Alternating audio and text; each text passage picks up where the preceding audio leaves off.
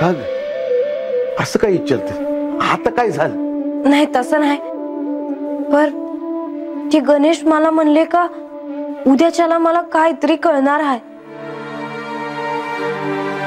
मागल्या वेळेला लक्ष्मी देवी आल्या होत्या तेव्हा त्या बी असं म्हणल्या होत्या का मला लवकरच काहीतरी असं कळणार आहे. म्हणजे मलाच अगोदर समज कळणार आहे बा. अगं तसंच असेल बघ. आता बघ ना, त्या पोराने तुला सांगितलं, लक्ष्मी देवीने बी तुला सांगितलं म्हणल्यावर ते समज खोटं कसं असेल ग?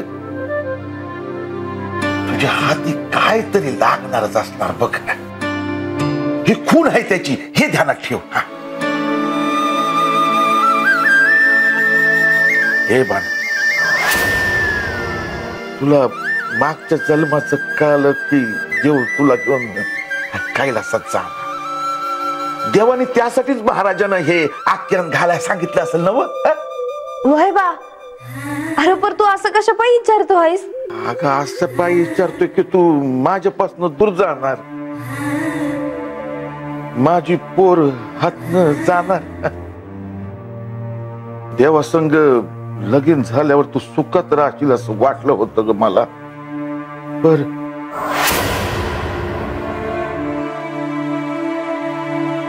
अगं पर म्हणजे तू मला सोडून जाणार, मला तुला बघता बी येणार नाही. याच वाईट वाटते बघ मला. बा अरे असं कशा पायी बोलतोय असर? अरे म्या हातनं कुठं बी गेले तरी तू माझ्यासाठी जे केलं आहेस ते मी कधी बी विसरणार नाही. अरे बा तू माझा जीव वाचवलास म्हणून मला आज हे सगळं बघायला मिळालं, म्हणून हे समजा घडलं. अरे तू होतास म्हणून मी जगले, नाहीतर ही बानू देवांची झालीच नसती बघ.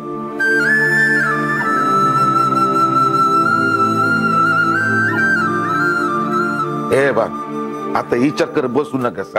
झोप आता, उद्या सकाळच्या गडावर जायचंय आख्यानाला.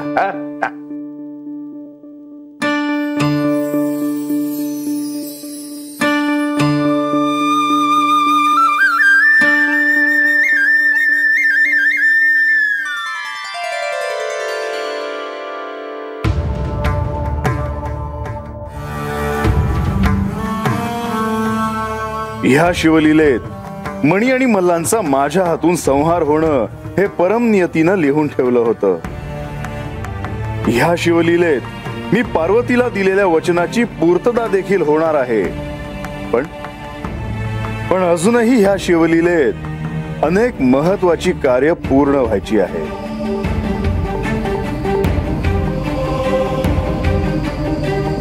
मुनिवर, नारायण नारायण.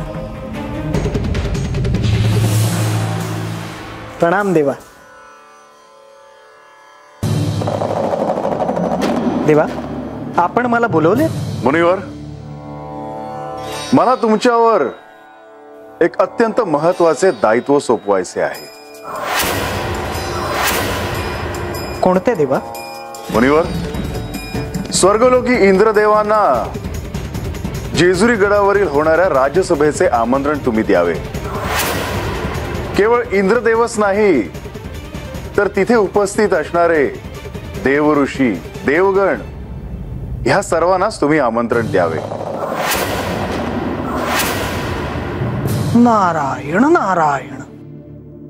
क्षमा असावी देवा, परंतु असे अचानक आमंत्रण देण्याचे कारण माझ्या लक्षात आले नाही. त्यांना इथे जेजुरीत बोलवण्याचे कारण मला स्पष्टपणे दिसत नाही. मुनिवर,